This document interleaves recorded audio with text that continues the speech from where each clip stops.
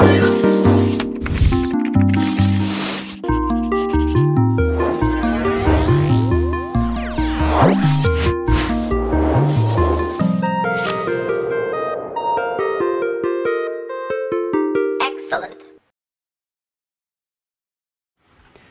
Hey, what's up everybody? Welcome back to another 3D Hangouts. My name is Noah Ruiz. I'm a designer here at Adafruit, and joining me every week is my brother Pedro. Good morning everybody, I'm Pedro's Creative Tech here at Adafruit, and every week we're here to share 3D printed projects featuring electronics from Adafruit. That's right, this is a show where we combine 3D printing, DIY electronics, and we smash them together to make inspiration. Yay! Sweet, let's jump into our lineup of stuff to do. Real quick, let's go through the initiatives. Black Lives Matter. Yes. There's an update. Still have tons of updates at adafruit.com/Black Lives Matters. Lots of things that have already been going into motion, like banning the chokeholds for police officers, and not only Black Lives Matters initiative, we also have the Pride Month going on over at Adafruit.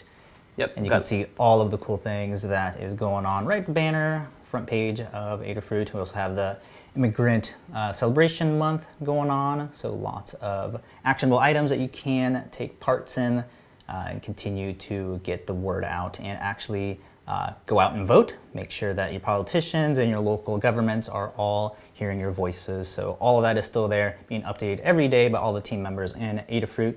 So please check all that out. Continue to make those monthly donations. I think we set it up as a monthly for a lot of these places. So continue to get the word out. Yep. Upcoming event. Yeah, so June 19th, Juneteenth, Adafruit is making it as a holiday, and a lot of companies are joining in as well. And yeah, not just that, but a lot of holidays that should be paid, like going out to vote. Election Day. Has been pioneering that. You can check out all the holidays that Adafruit gives. A good way to give suggestions to your companies, right. Even just to get it in their ear, you know, good. asking what it would take to get that added as a holiday. Yeah, totally. Also paid time off for charity, 501c3 Yeah. stuff. Excellent. Let's check into the live broadcast chat room in Discord. We're hanging out with everybody. Hello, everybody. Good morning. Get some shout outs in just a second as we get all our tabs in order. Saying good morning to everybody in the Discord. We got Mr. Certainly Bruce hanging out. We got Blitz City DIY, Liz, Liz. Clark hanging out, Madable, Andy Calloway. And over on the YouTube chat, we have Bradley Holloway, Express Shinbuya, Bradley Holloway, and hanging out in the Facebook chat as well. And Twitch. We're on Twitch. I think Indeed. the only stream we weren't able to do this morning was LinkedIn. Sorry guys there. Yeah, the API expired. Cool. All right, well, let's run through the kind of usual housekeeping stuff. Yeah, we want to Jobs announce board's back. Jobs board's back, but There's new posts, so check them out. If you are looking for a new gig or getting some extra gigs, check out all the new listings that have been published. I think we have two. We're looking at electronics technician, technical marketing director in the Brooklyn, New York area, and in somewhere here. Excellent. So check that out. If you haven't made your profile, it's free to do so. And if you're an employer, you can create a job as well and a company profile. Free to do so. So check that out. All right. CircuitPython meetings happen every Monday at 2 p.m. Eastern Time. This Monday it happened. All the folks, a great way to get the core devs together, talk about what they're talking about, what they're working on, and to hear from the community what they are working on as well. So check that out. It gets posted as a podcast in all the different podcast services, and it's also streamed live on Discord every Monday at 2 p.m. The daily newsletters happen daily. Adafruitdaily.com. That's where you want to check out to subscribe to all the different categories, such as Maker Business, Python on hardware, 3D printing, and even Maker Business and biohacking. The once a week new newsletter has all the new products that happen every week. You can check that out by going to adafruit.com/newsletter. We're hanging out in the Discord server. It's a great place to hang out. We just reached a milestone. of many thousands of people, and we thank you for joining us in the Discord chat room. What is it now? 26,000, 27,000? Continue to climb and grow because Many it is the thousands. best place to take your granddaughter to find out all of the lovely things that are being worked on, not just the 3D printing, but all of the maker skill categories are all listed there on the left Thank you. side panel. You can forever scrolling on all the different ones. 21,000. 21,000. I said what? 27,000? No. That one sometimes looks like a 7. I'm just saying. Typography. Sweet. Thank you, Mrs. Certainly, for the clarification. Another thing we want to point out too is Adafruit is opening back up safely. So Yeah, a this lot is of the pre-COVID. orders- This isn't us now. We're still following protocol, social distancing, 6 feet apart, wearing masks, wearing PPE. Yeah, but we're slowly ramping up all the orders and stuff. So you can order right now. We are open. Please do so. Yep. In the midst of training all of the lovely folks that were out during the pandemic, train them to get back on track and get all these orders out, since there are such a large back order of them, or backlogged order of them. So all of those are going out. If you don't see any of them that are out of stock, you can still get some of those at DigiKey. That's right. But a lot of them are all back in stock and shipping That's right. fairly quickly. We really appreciate DigiKey. We got our own little storefront there, and we still have buy buttons that are available. Like, for example, our this week's project. Got a preview. I'm trying to go fast here. Here we go. This one's out of stock. Let's see if DigiKey has it. There's the DigiKey button. Click on that, and we can see if we have it in stock or not. I think it's on back order, but yeah. Add to cart. I think it's on back order. Nice yes. little segue. Let's go ahead and Sure. jump into what this week's On back project order. is. Right. All right. So let's just jump into like the thing a bit. Here it is. This is this week's project. Yay. Complete. Yeah. So this is originally coded by the super awesome Jeff Epler, who made this really cool slot machine style animation to show off the Protomatter port that he did for Right. CircuitPython. Let me do a clarification. Protomatter is the Arduino library. Jeff and Paint Your Dragon, Phil B, worked on it to make it so that a lot of the code base is CircuitPython as well. So the CircuitPython library is called the RGB Matrix library. It is now a part of the core CircuitPython 5.3 RC. So if you have a CircuitPython project, please, we encourage you to check out the latest. So update your board. It's really easy to do so. Download the UF2 file and get your board updated. So you can check out the RGB Matrix library. There it is. Okay, so it now has the button right here, so we can actuate and trigger. We have our little handle here with an addition of a little kind of ball dome to kind of make it look more like your traditional style slot Pull machine. lever. Yeah, it's still got that nice spring back effect, and we can actuate it like that. And one of we the had best some additions. last minute feature creep request by Lady Ada herself. Would you call it feature creep? So in the Yeah. back here, let's go ahead There was and a take lot look at more the back. features that we wanted to add to this, but this one was able to make it in last minute, 11th hour, thanks to Jeff. Awesome work with MP3 and audio. And MP3 playback. Big deal here, folks. We can play MP3 files. It's now open source, so we have a little amplifier and a jumbo speaker here. I have it muted, so I'm using a little screwdriver here to turn it up. It is so loud. It can be even louder, I just don't want to distort it. But yeah, so we have our little PAM8302 amplifier there, and it's just wired into this 40 millimeter speaker, which is 3 watts. So we're running the M4. Turn it down a little bit Yeah, so you I know. don't have to scream. Anyway, just so you know that it is pretty loud. It gets even louder. Yeah, so we'll have it kind of low there. But yeah, this little bracket here just snap fits all the pieces, or at least the amp and the speaker. And then we reworked the wire, the power cable. It comes pretty bulky, so we just spliced it so it's a little bit shorter. So it is running the M4, the Feather M4 Express, and below that is the RGB Matrix FeatherWing, which makes it really easy to plug into these little sockets here.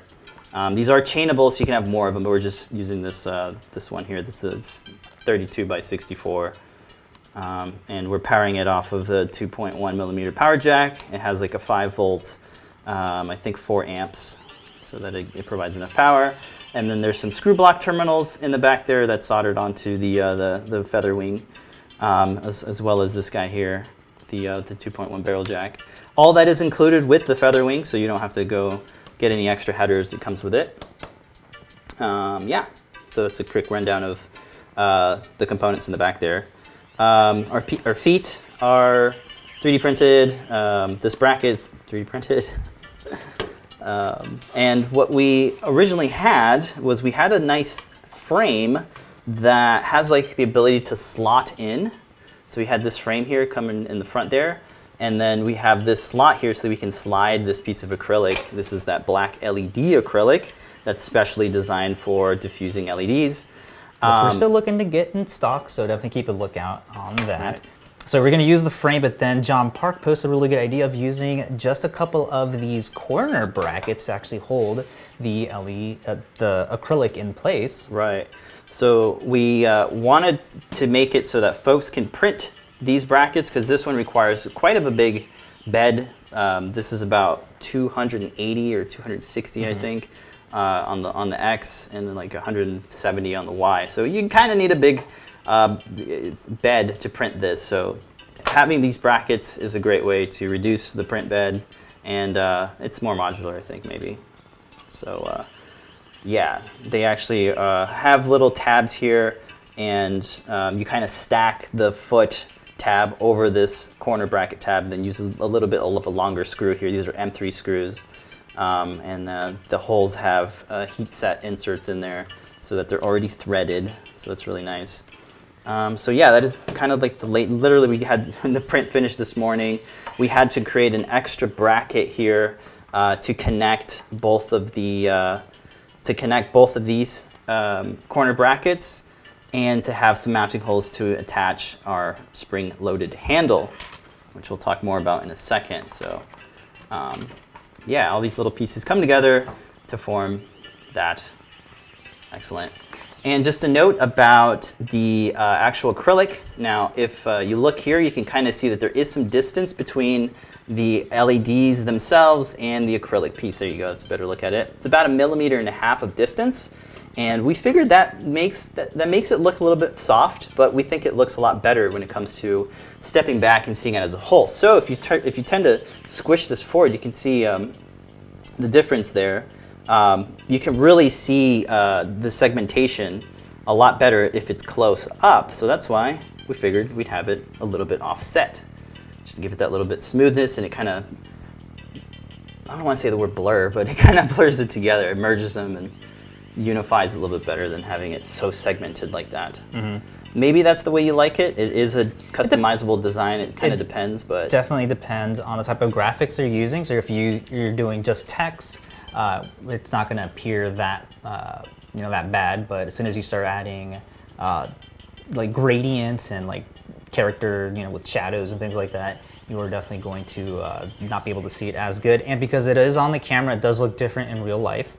So right. It definitely looks a lot more harsh and bright, and you're not able to decipher what the graphics are without having some sort of diffusion right on top of it. Yeah. So you were saying before, the print and play spring-loaded bracket here, designed by Sunshine. Let me make sure I get that right. Yeah, Turbo Sunshine on Thingiverse made a really cool spring-loaded box that has this opening up the box when you release the lever on there. It was an excellent design, so I went ahead and recreated it inside of Fusion. And if you want to go ahead and quickly take a look at that after we load up the... Yeah, what's the link, please? The link is... Just /turbo _ sunshine? Okay, you cool. can take a look at just to take a look at the little spring-loaded box there that we based the design off of. There we go. So this is an available design that you can and one of the things that caught my eye was that he has a little tolerance test. He broke out the actual spring piece, and I was able to trace that inside of Fusion. And it's this little guy here. So all it's doing is going down to actuate the little button, the little, what is it, the 6mm? Yeah, 6mm slim button. Yeah, and it just pushes on there to activate actuate the trigger, the animations that are on the display there. Okay, let's jump into Fusion, take a look at it. So all of these files are available on the Learn Guide. I think I posted it in the socials as well. So you can edit these to your liking. If you need like to support a bigger weight, you can adjust the coils on the spiral. Yeah. So if you look into the timeline, it's pretty much just looking at just going on to the what is it called? The feature. Just editing that. It's a spiral type of the. I think it's the thread, right? Yeah. So or the coil. That's the right. coil. The coil feature in Fusion. Yeah. So you're able to adjust how many coils on there, the thickness of it, how many revolutions, and the thickness on it. If you go over to the edit feature options on there, you can like adjust the revolution. So if you need it to be a little bit more, like if you need to have more spring action, like depending on like if you're using on a different weight, you can have that curl around even more or less. You can adjust the pitch of that, and you can even have the sections be different shapes. So on here it's a square, you can have it be like a triangle or a circular. Yeah, circular, triangular. Yeah, this is a great feature. I'm glad you used it. It's really nice. So check that out. Nicely editable there, so you can adjust it for any different sort of applications that need spring-loaded, print-in-place spring-loaded little actuator there. And I've seen these popping up a couple of different designs, and definitely was intrigued when he used it in such a creative way to open up a box. Right. And another note, interesting method to create these spur gears. There's actually a generator. Is that right? For the spurs, yeah. It's actually, I think it's like a Python script that is built into Fusion 360. So when you hit the S key on there, it'll bring up the little shortcuts. And you can just type in spur, and it'll show up. No, it's... Oh, it's in the add-ons. Okay, right, so it's scripts and add-ons. Scripts and add-ons. And then I barely use this, yeah. It's one of these guys here. Which one? I think I used the Python one. Okay. I think they're the exact same thing. So I create run or create you or run? Create, and it'll show up the options. And then you get this, and you can... Oh, actually, no, I'm sorry. It is probably edit. See, no. I think it's run, sorry. All right. We've only done it once, so bear with us, folks. No, I did it so many times. Because one of the drawbacks is that, yeah, it does not save all of your settings, so you are going to have to keep track of what, the number of teeth that you use, the backlash, the fillets for the root, the gear thickness, all of that. I need to get familiar with this because I don't know. It has a nice little diagram there to show you does. what each description of each little thing is, or the feature of the. I'm pretty new to gears too, folks. Sorry. Pressure angle. Ooh, I like that. Yeah, so there's lots of numbered teeth. Lots of tinkering to do there if you're bored and have some time to play with the. If you're bored. Okay. In any manner, you have that and this whole assembly too. So if you want, if you have a different matrix, because there are different matrices. Definitely go for the corner bracket design and rework the mounting holes here because they are different. Every one of them is different. Oh, fragmentation. It's a real thing. All right, we done in Fusion, or I don't know what. So everything is driven by sketches. So if you need to adjust the diameter of the circle, you can edit that to have it be a little bit bigger. I think this is what the limit size in terms of 3D printing, the smallest you could go, because I had to use the Ultimakers to print these out. The Crealties, for whatever reason, if you guys are able to print these, please send me the profiles for this, because I wasted so much time trying to get the Creality printers to get this to go. Liz had excellent results using the Prusa. Yep. So I've noticed that the Prusa and Ultimakers have the exact same tolerances in terms of dimensional accuracy that they're able to produce. So they should be fine on the Prusas, but for the Crealties, for whatever reason, I kept having like stupid things break off, like the way that this this gear is hooked up to this. It like under extruded no matter how slow, and messing with the extrusion multiplier that I mess with. Yeah, I lost so much time on trying to get those to work. Since I've noticed that a majority of people do have the Crealties, but if you are set up with Ultimaker or Prusa, you should be fine to print these with no horizontal expansion, messing around, none of that. You should be able to print it. Now there might be Default some settings. code updates. We might be able to get a trigger sound effect to play, because that is one of the awesome features of the MP3 library, is to mixing. have mixing two things at once.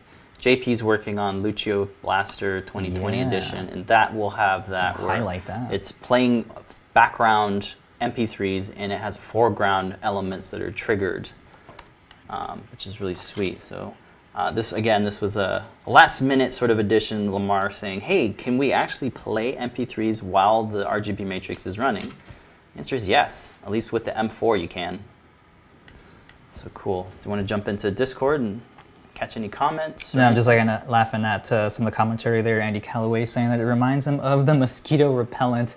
Oh yeah, little look. Centronella little burners. I remember those. Yeah, those are neat. And then Bruce saying that it would make a neat little catapult. Yeah, it would, huh? Oh, that's funny. Huh. Let's see. It definitely works as a catapult. I'm still. And then an interesting thing too that you're able to do is adjust where this is, so you can give it a lot more Right. Isn't that spring interesting? power. Yeah. Show that again. So you can So you pop the. pop this guy off and Right. adjust where the teeth are on this. So you Right.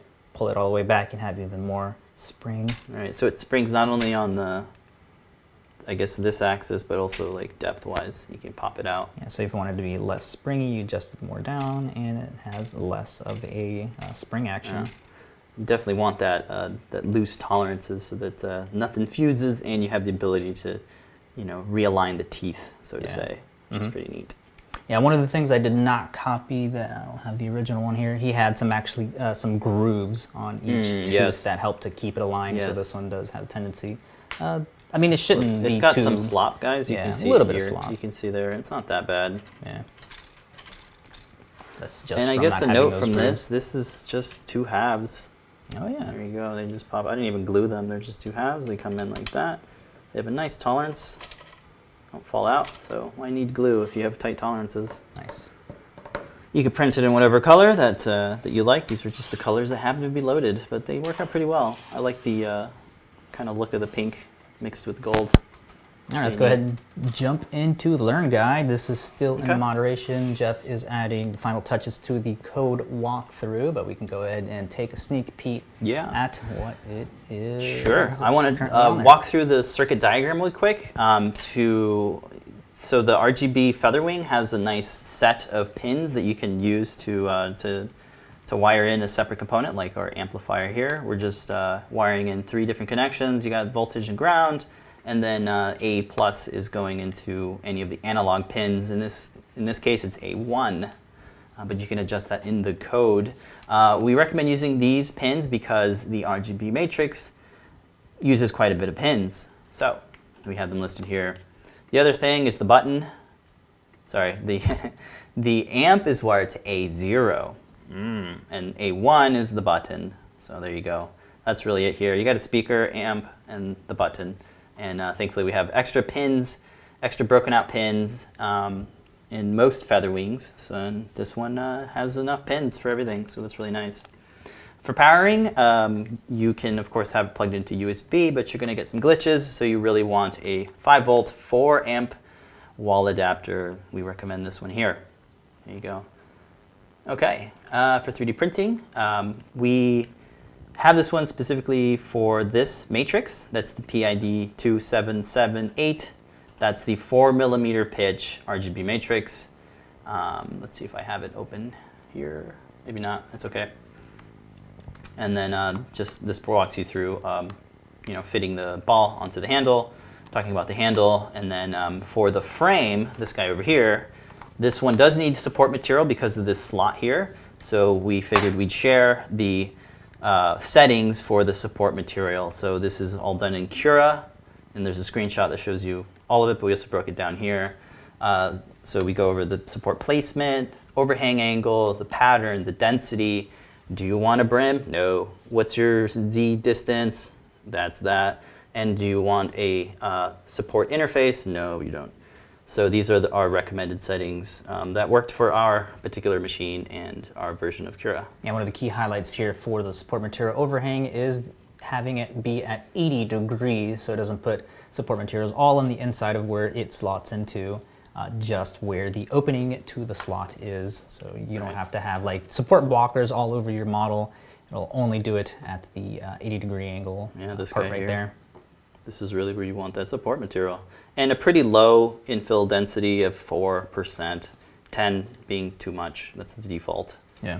But yeah, this one does need supports for reasons, because yeah, it's pretty large overhang there. But it works well for sliding in. It stays in this groove here. Yeah, so one of the main reasons that I had the whole frame on there, because I wanted to make it completely themed to the slot machine, if time allotted, which it did not. I wanted to have like the half circle little type. A marquee would be so dope. Going in there. An extra NeoPixel strip lighting up or something. Yeah, one of the reoccurring themes I kept seeing for slot machines is the little, what is it called, that light on top of here, traffic light, I think it is. That just like, you know, spinning siren light or something? Yeah, that has different colors when you have all three of the emojis matching, which this entire time we've been working on the project, we have not had once had a, what is it called? Yeah, I've never won, ever.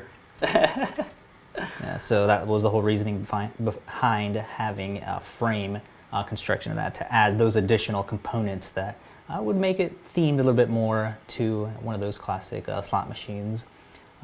But you could definitely add that to the bracket. It would just be, you know, some sort of way to attach it to these parts here, if you want to indeed continue theming it that way. You know what I just realized is that there's no way to win this, because the sprite sheet doesn't have any repeating emojis. They're all different. Does that make sense? Yeah. We'll take a look at the way software that page in the next. Yeah, how the BMPs are laid out. Yeah. So this page will just walk you through updating your Feather M4 Express with the latest version of CircuitPython. You do need the latest version of CircuitPython. At the time of this recording, it's 5.3. Did the dog just walk in on his own? That's awesome. Hi, Roof.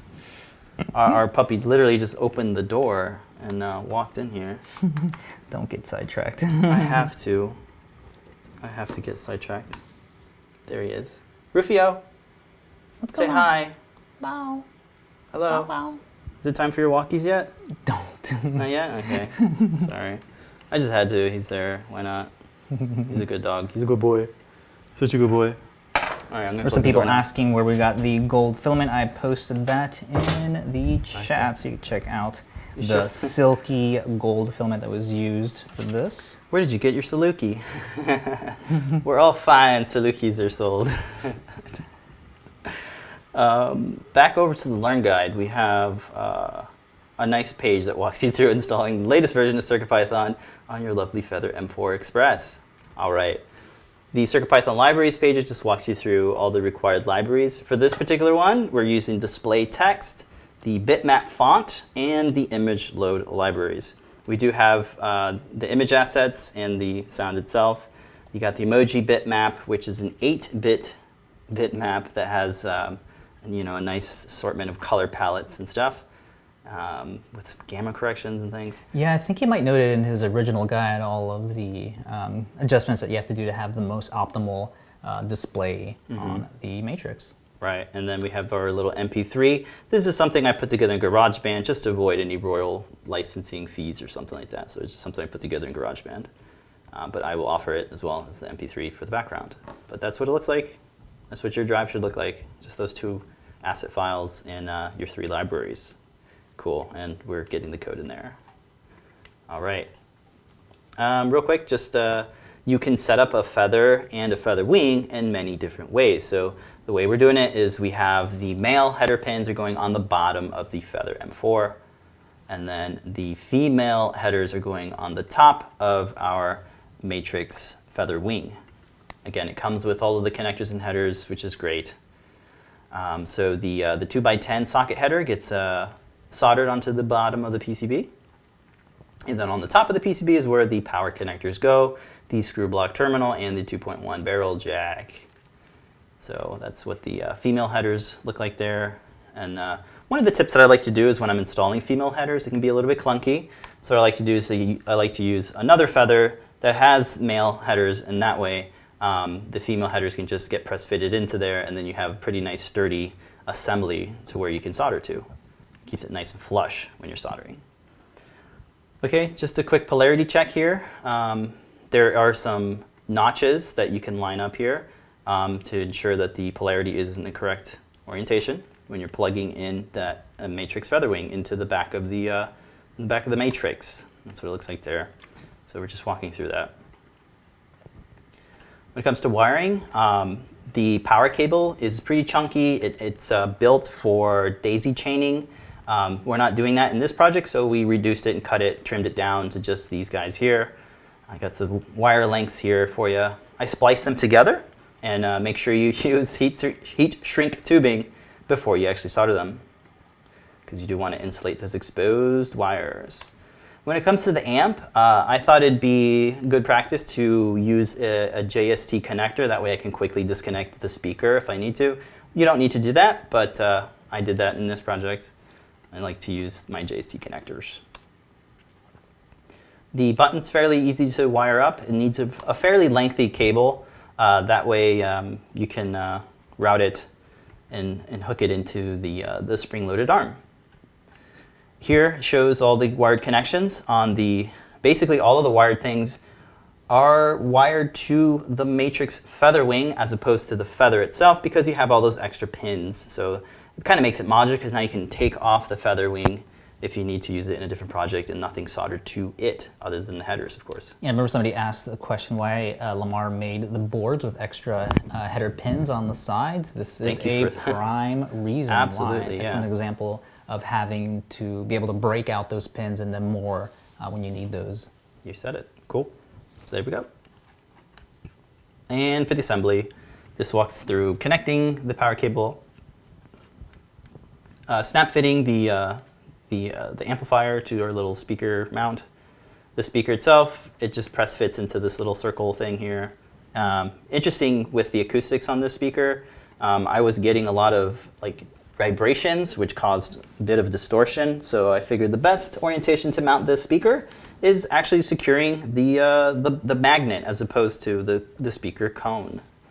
So that ended up working pretty well there. That's always a bit of a trial and error, trying to lay out the speaker mount to see what makes it nice and vibrant noise. We're getting some nice bass coming out of it in this orientation. Yeah.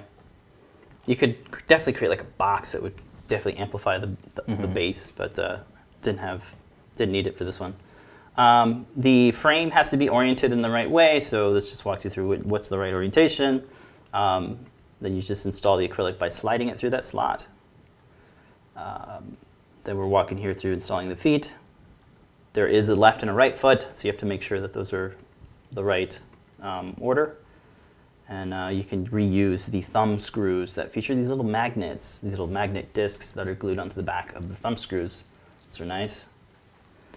And then one note about those thumb screws, they actually have magnets in them, so you can attach them to metal objects. A nice little fridge display would be a cool idea to adapt this into. Yeah, that'd be cool. Like, whose turn is it to wash the dishes today? Me again? Oh, this thing is rigged, says Andy Calloway. It is rigged. It's literally rigged so you can't win because my bitmap doesn't have any repeating. Yeah. I didn't think about that, huh? So yeah, you need just 2 screws. They're all M3 threaded mounting holes, so you can just use M3 screws. Just use 2 of them to secure the bracket for the speaker and the amp. And then you can plug in that JST connector if you so did use that. And then you plug it into the this guy here. This is the power header. I forget the name of it, yeah. Yeah, it's just a power header. I don't know, receptacle or something. Wiring management, I tend to have my wires behind the mount for the speaker. That way it kind of keeps it back in there so they're not like over it. They're under the components as opposed to over it, so that works out well. You want to make sure that the holes are lined up here on the side of the frame. There's just 2 mounting holes that secure the spring-loaded arm. And there's the handle. You want to make sure that it actuates nicely and has good kickback, spring back when you're actuating it. And then the button has perfect tolerances to fit into this little cavity here that you can just press it in there. and it just holds it in place. It doesn't fall out because it just has nice tolerances. You could also take the actual legs, the terminals, the leads. You could just kind of push them down to hug and tighten that that area here, this area here. You just kind of pinch those legs so that it stays there. But yeah, you could, I guess, glue it too if it's too loose for you. But I think that works well. Yeah. Another thing I'd probably add are some rubber pads here, or maybe some feet, the rubber feet onto the bottom of here, because it is sliding a little bit all over the place. Maybe you want that, maybe you don't, I don't know. And one of the things I've seen in some other projects you're working on is sandpaper, actually. I think like the what's it, 300 grit sandpaper does excellent as little grips, and you can easily, you know, just trace that around or vinyl cut it, the shape, and then attach those on there to have really grippy feet. Cool. Should I open up the bitmap? Yeah, let's go ahead and check out the way that the graphics for this is built. Okay. Answer any questions while I fire up Photoshop. Shout outs to Sunshine in the chat Hey, room. Sunshine. Loved your thoughts on, thank you for sharing your spring-loaded box. It was heavily inspired by this project. And then Let's shout pull outs this to up. Brandon McDevin in the YouTube chat. And then some more funny commentary on the Discord. Let me check that out. Let's see, so all of these can be built in any of your favorite graphic programs. We're just using Photoshop here. And they are converted into BMPs using palette, the color options for it, or the color space for it, with some minor adjustments in the gamma to get these to show up correctly. And just pull these up here, the original files for this. These are using the Adafruit emojis. I don't know if these are posted anywhere in terms of like the whole character set for all of these, but you can use this as a character sheet, I guess. Once the guide is live, we got an assortment of our lovely favorite characters here. We got Ruby, Gus, Billy, Blinka, Mo, Minerva, Adabot, Cricket, Boomy, Raspberry Pi, MateCode, Open Source, Hackaday, Arduino, Moo, GitHub, Cappy, Connie. Did I miss anybody? No, I think you got them all. Yeah, it's a little tough to rework these, but hey, pixel artwork is actually tougher, I think. Mm-hmm. Oh, and a quick question here from Sven. Andreas on the YouTube chat is noticing the flickering on the display. No, that's just the refresh rate from the camera. In real life, you don't see any of that. Yeah. Yeah, it's always a challenge when you're recording these for the project video, like having your shutter speed adjusted. I think if we just bring up the exposure on that, you can kind of see like the pulsing. Yeah. There you can really see it there. So it's definitely the shutter speed and the exposure of the camera. You don't see this in real life. It's too fast for our eyes to see the refresh rate on that. But yeah, that's always a common, good like, point. oh man, is that in real life? Right. Yeah, it's hard to. And also, it looks different too in terms of the way that the whatchamacallit, the diffusion. So without this, it looks on camera, it looks like it's already diffused, but in real life, it looks super bright and harsh, and you can't really tell what the graphics are. Yeah, I'm just futzing with every sort of thing now. I know, Color, it's so temperature, hard. white balance. It's all like. I know, it's really the hard web to get camera. an accurate color representation of this. So. And then Sunshine is saying, "What do you get if you win? Nothing, because it is rigged. The way that we made the graphics without us thinking about it, there's no way to get all of them to line up." I don't think there is, yeah. But there is, because you can get these guys, right? Yeah. How come that works? You'd have to change the rules. I'm super confused how this is working. So anyway, the code walkthrough. if you jump into the way that the graphics are made, Let me jump back show over the here. screen for that. Yep. And here is our lovely character sheet of all of the mascots for all of the different categories on Adafruit. Right. I think in the actual Photoshop file, I had to use guidelines so that I can quickly figure out what are your kind of your coordinates supposed to be like. So they're 20 by 24 is like the sort of spacing. tile. Yeah, the tile here. for our group. So Cheating. The System 21 is saying try 1/40th shutter speed or 1/30th. I believe that's what we actually used on the camera, the yeah. camera, the On the Blackmagic camera for recording. On the webcam, yeah, there's no way to do. I don't see the that preferences control. for telling the shutter speed for that. But yeah, you are correct. It is like 30, 40 for the shutter speed if you are making some project videos that include displays. Do you want to hear the song? See. Oh yeah. Let's just have it. You're not sick of it yet? I'm trying No, to it's a nice little repeat. Right. I try to pick something that isn't too. Of course, it's repetitive. It's a loop, like 20-second loop, but. And then on the Facebook chat, questions about the exact model of matrix that we're using for Amar. pull it up. Putting the 2278. Yep, I am giving him the link. Trying to tag him in it. There we are. And those, I believe, are in stock. I believe. No, and I have the wrong one. 2278. They are not in stock. Yeah, but yeah, they're different. Yeah, millimeter pitch is kind of like the indicator of which one it is, because we do have several 64x32 versions. One that's a 5 mil. I think there's even a 6 millimeter. I think the code runs on all of them. You just have to adjust what the display size for it is. We just got the 5 millimeter pitch one, was a little bit more bigger, so we'll be trying that one out with the corner mounts. See if that works. Yeah, that's right. We did get the bigger one, which where would I find that? I think it's 779, maybe. Yeah, I think it's this one, the 5 millimeter pitch. A little bit more expensive. Yeah, this is the other one. You see that has different set of mounting holes. Yep. All right, sorry for that sidetrack. Yeah. Going back to the graphics. Yeah, I think we're done with the graphics. I don't know what else to talk about on the graphics end. Yeah, those will be posted on the Learn Guide, so you guys can adjust those. And people was asking, what are they saying about the characters? Yes, that is the Moo logo.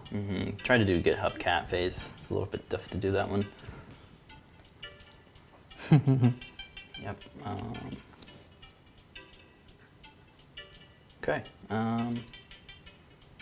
I think for that's the it Learn for the Guide. project. I think so. Yeah, we pretty much wrapped up the Learn Guide assembly piece. Yeah, like we mentioned it. before, the main guide that Jeff Epler worked on for the way that the code works and the different ways to hook these up with a bunch of the different matrices can be found at the link there. I'll post that. That one is live. The one for the actual slot machine, he's still doing the code walkthrough. That'll be available later today or tomorrow. It's got a couple things on this plate. There's just some cool examples too. If you want to do like if you just want to scroll some text with like a nice rainbow color, you can do that as well. Conway's Game of Life is a great example as well. You can play that YouTube video later, but yeah. So yeah, there's some cool different example code for CircuitPython and the new RGB Matrix library. Yes. Bruce is saying that the brackets stands for these displays is something he wants to tinker with, along with the gears for turning. Yeah, definitely check out the Fusion file, and you can check out we showed in the timeline earlier where all the adjustments for that is. There's a ton of different tweaks you can do, like we were saying before, to make it more springy or less springy. Yeah.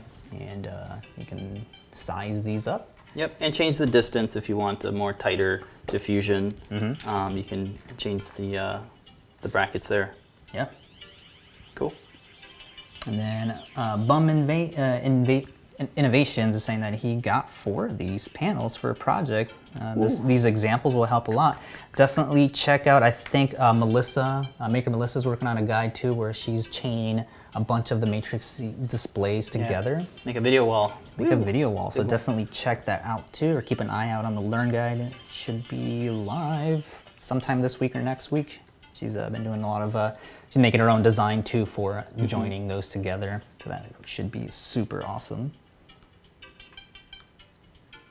And then let's see some more comments on, a little bit off topic, but the PyPortal Titano 3D printed enclosure for that, I think he Did you make one for the Titano yet? Yeah, I did. It's a, let's see here. I think it was called like retro cases. I made one for every PyPortal.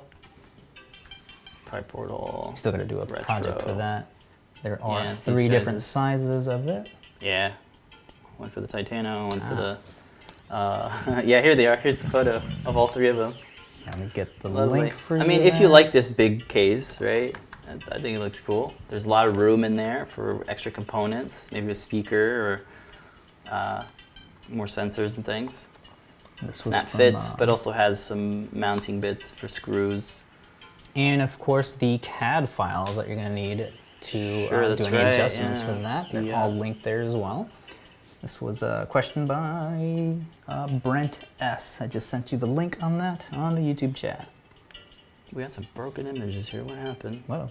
Looks like staging got messed up. It's there. It's just not there. There we go. Now it's there. Bizarro. Huh. Okay. Good question. Yes. PyPortal. And then request on a layer by layer on the spring mechanism. Yeah. PAM8302 is asking. We talked about a little bit in the beginning of the show. If you want to rewind, we show all the parameters that are adjustable for that. It's using the spring and the spiral tool and the gear, spur gear creator plugin inside of Fusion 360. Yanni is requesting a video wall for 3 Hangouts background. That would be cool. Yeah. That would be cool. Yeah. Definitely inspired by Katney's video wall. Yeah. So our own giant matrix would be definitely cool. Yeah, right, I think we'll work on that in the coming months. That's a good idea. Good recommendation. Yep. All right. Well, we're gonna do community makes next. Yeah. We usually do live 3 Hangouts show and tell, but we ran a little bit over with the in-depth and complexity. Yeah, we'll bring of it back project. though, and in coming weeks we'll bring it back. Just catching up and we got getting like everything 10 out. minutes left. Yeah. Let's go ahead and jump into this week's community make. This awesome Rogue One Stormtrooper or Death Trooper helmet. This was quite a print. It took about 80 hours to print all of the parts. I did have to slice up the top there so it would print a little bit more easier without too much fail. As you see there was a little bit of support material that came off, but it was okay. It does look a little rough, but with some sanding you can clean it up. It looks like, I think you're getting the image ready there. That's what mine turned out. But if you do a bunch of elbow grease sanding on this. Oh wow, it's all been pieced up. So you printed it in the hole. Yeah, so I grabbed the hole and then sliced off the top there so I can have support materials on it. Without having too much many support triangles materials. to load. Jeez. Yeah. Let me hit This exit. is from Geoff, and here you can see the whole model for that. And that's a job of modeling this guy up. Okay. For Pride Month, of course, I printed mine in pink, and it has a pretty snug fit on I have a pretty small head, so it fits pretty nice. You look like Doom Guy. I like loved it, right? Yeah. So I don't know. It's a really cool helmet. I really like how nice and smooth it is on the inside. It has some like cushioning, or just the way that the geometry for this is. Smooth. They did a good job of having it nice and smooth in there, so it's pretty comfortable. Yeah. Won't fit on the overhead. Sorry. Yeah. Good details. Yeah. Yeah. So I don't know what other like details you can add to it apart from having some acrylic form on the that'd be cool.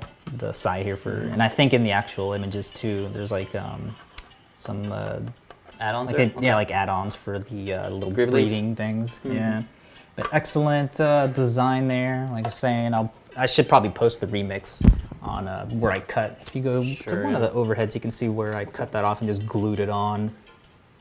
Where am I? There I am.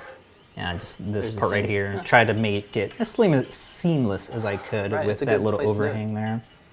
And then you could see some of the support material that fell off here from that little part there.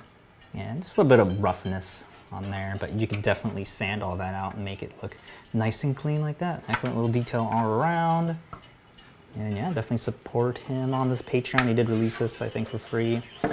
And then, yeah, there's a lot of saying it would need to happen where I added the support materials to the bottom here. You see this is where it was placed on the bed.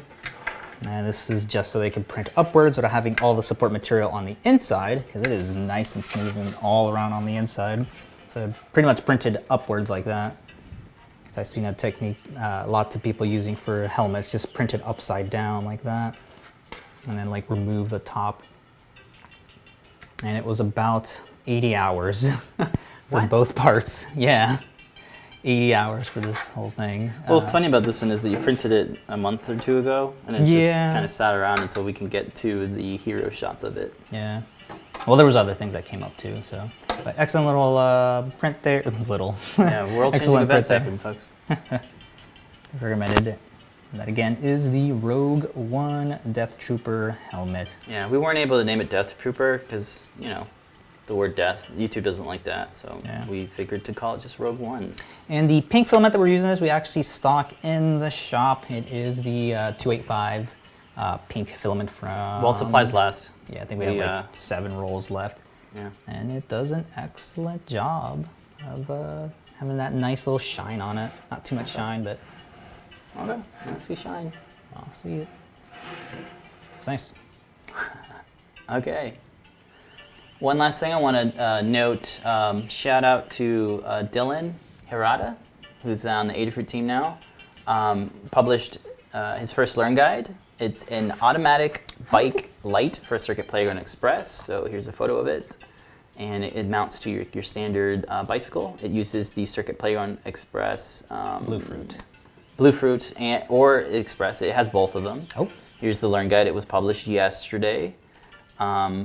And we just uploaded it on Thingiverse so folks can see it. But it uses the polycarbonate case, the transparent case that's designed by Mike Dole, and uses like a tripod screw, I believe, with this extra mounting bit. So we can quickly look at the Learn Guide. Oh, look, he's got new photos on there. Look, they look great. We actually kind of want to do a video. We got a bike, and we got a camera. We got a Circuit Playground. So this looks great. Was this an M5 screw, or is it the tripod screw? It might be an M5, I think is what he was saying. The standard is on bikes. There you go, quarter 20. Ah, yeah. Cool. Yeah, the Bluefruit version's a lot better, apparently. But yeah, check that one out. Shout out to Dylan. Cool. I think that's all the community makes, right? Yeah. There is a bunch more every 3D Thursday. Continues on the blog. There is a blog post every single hour that the team puts together, so you don't have to check those out. A lot of the things we like to post on there is actual things you can print, good ideas I get, buried under the rug. There's lots of really cool adapters and projects that we like to highlight. Don't really like highlighting too many 3D printing stories since they're all the same thing over and over again. I like highlighting all of the things you can print right now. Cool. I'll try this out too. I'll get the code going and see how it's working. Yeah. Cool. Good project. Yeah, super cool. Okay. Well, let's go ahead and start closing out the show. Thank you everybody for joining us. Don't forget, tonight is a full hour of showing and telling. So if you'd like to share your project, what you're working on, or your workspace, we'd love to see it. We'll be there. It happens every Wednesday at 7 p.m. Eastern Time on YouTube and beyond. Yep. You can get the invite link by going to the Discord server. That's where Phil will paste the link to jump in and join. And it's, I think the limit is 10 people, but folks jump out and allowing other slots for folks to come in. I think that's the limit on StreamYard, which is the software that we're using, StreamYard. Okay, what else? We have, after show and tell is Ask an Engineer with Lamar, Lady Ada, and Mr. Lady Ada, Philip Tyrone. I believe tonight's episode will be the return to the office, so you definitely want to check that out. I'll be back in the Adafruit office. I think that's what Phil said. Don't hold Pedro to it, because I don't remember hearing that. I'm pretty sure I heard him say that. Maybe it was wishful thinking, but yeah, definitely tune in every Wednesday at 8 p.m. Eastern Standard Time. Even if it's not them, we'll have guests and other folks taking over. And definitely tune in for that. And then tomorrow, you can tune in with John Park on John Park's Workshop every Thursday at 4 p.m. Eastern Time.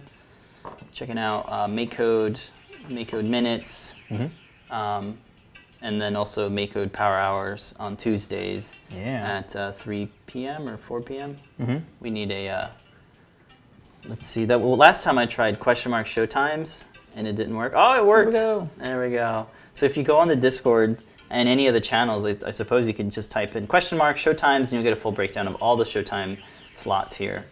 Yes, we have John Park's workshop as well. John's show and tell as well at 5:30 p.m. on Thursdays. And then we got a new one. We got a deep dive with Scott, who's our lead CircuitPython dev, every Friday at 5 p.m. Eastern Time. Definitely want to tune into that for any suggestions or any help on any of the drivers and so much stuff he's working on. Can't even name it all. All right, well, thank you guys so much. We did it. We did another week. We're super happy to do the show with you folks. And, we'll do it again tonight. We'll show this off again. But I don't know how to Until then, remember to make a great day. See you time, folks. Bye, everybody.